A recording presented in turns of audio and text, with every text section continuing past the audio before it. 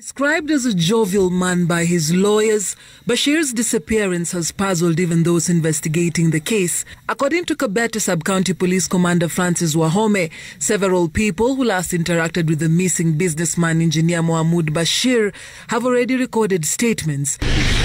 Police are also probing how Bashir's vehicle, a Range Rover, was found burnt in Kibiku 3 days after his disappearance, and the shell carted away in less than an hour after a police officer from Kibiku Police Post visited the scene and went back to alert the scene of crime officers, only to find the place wiped clean. Bashir's lawyers now claim there were suspicious activities at the Miale Lounge where the structural engineer and director of Infinity Development Limited was last seen. You realize in various instances there are a couple of people who are triangulating and they are all on mobile phones. Conversations are ongoing and everyone looks quite jittery. It looks as though they are on a stakeout, watching out, waiting for something to happen. This CCTV footage captured Bashir leaving the lounge at around 6:50 p.m. A few seconds after leaving his vehicle, he stops, his car seemingly obstructed by another vehicle. There is a traffic snarl up on the left lane. No vehicles are seen moving from the right side, a clear indication that a vehicle had blocked the road.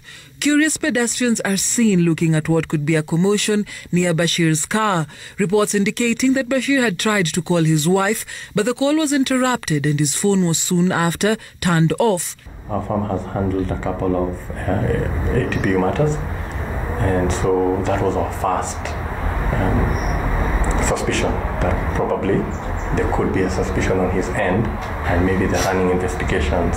At times they do such a thing. They hold you for 24, 48 hours, and particularly once counsel comes on board, then it unravels or it just wraps up. The family, which says information on his whereabouts has not been forthcoming from the local authorities and has since written to the U.S. Embassy requesting for assistance in obtaining information within the custody of the government regarding the whereabouts of Bashir, obtain and relay to the family all information regarding the investigations, disappearance of Bashir, obtain an equivocal written communication from the government confirming whether Bashir is in their custody or not, and if the answers are in affirmative, they obtain information with regards to the date, time and place where he was apprehended, the location where he is being held, the reasons why he is in custody and being held incommunicado, and a detailed exposition as to how his inherent human rights have been protected all this while in custody.